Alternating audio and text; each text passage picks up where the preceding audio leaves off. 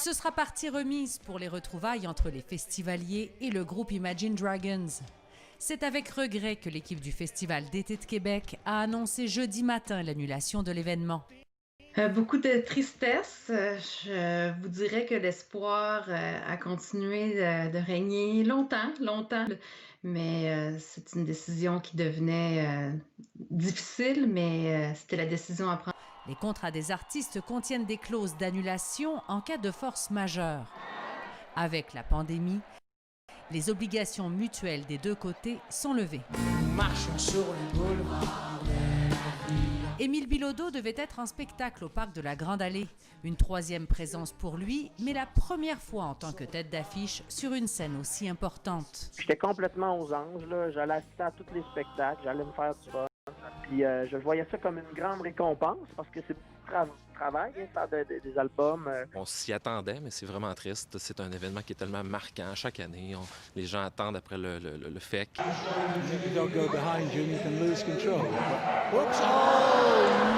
Moi, j'ai trouvé ça plate parce que Lil TK, c'est mon artiste préféré, puis il était censé venir cette année. Donc, j'aurais pas la chance de le voir en show, donc je trouve ça plate. Est-ce que vous vous y attendiez? Ouais. Oui, on commençait à s'en attendre, là. Les festivaliers obtiendront un remboursement systématique dans les 30 jours. L'annulation provoque des pertes de contrats importantes pour plusieurs fournisseurs de l'événement. Nous, on fournit la scène principale. Surtout, là, tous les autres accessoires aussi aux alentours. C'est certain que c'est un contrat d'envergure pour nous, mais comme on dit, on va passer à travers. Le FAQ a déjà procédé à des mises à pied, mais d'autres sont à prévoir. Je ne m'avancerai pas sur des chiffres présentement parce que les employés n'ont pas encore été tous rencontrés, mais ça va toucher la grande majorité de nos employés. Ce sont des mises à pied temporaires, donc on leur redonne rendez-vous à la fin de l'été pour commencer à préparer notre nouvelle édition. L'équipe du Festival d'été de Québec demeure optimiste. What do we have next? Et espère bien être de retour à l'été 2021. Les morts ont leur fête, c'est dimanche. Ils ont aussi leurs spécialistes, on les appelle les thanatopracteurs.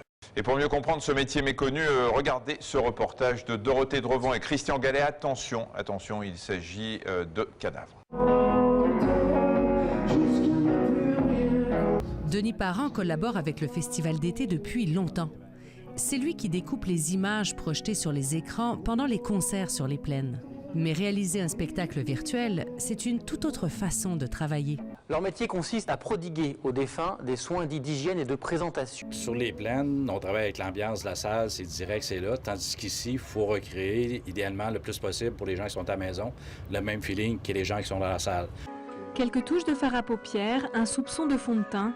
L'éclairage d'ambiance, on fait un mix sonore indépendant aussi pour recréer un mix vraiment adapté pour la maison et sur le web. Mais où sont les règles du jeu?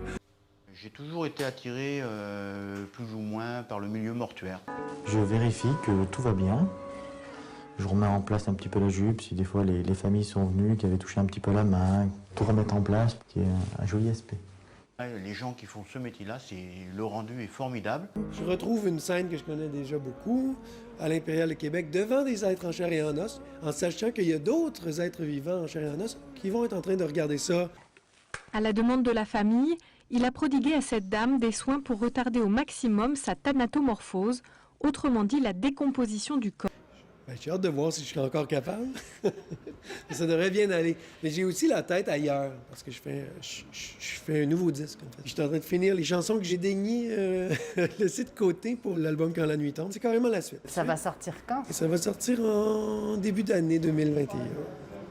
Ouais. Puis ça va coïncider avec le début de la tournée. Si tournée il y a. Donc le monsieur a bien commencé son processus de thanatomorphose. Je suis là pour défier Dame Nature. Un corps, ça se dégrade vite, ça change de couleur.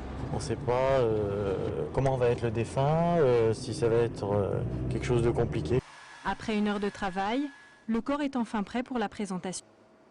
S'ils le trouvent très bien, ils feront bien leur deuil et tout va bien s'enchaîner.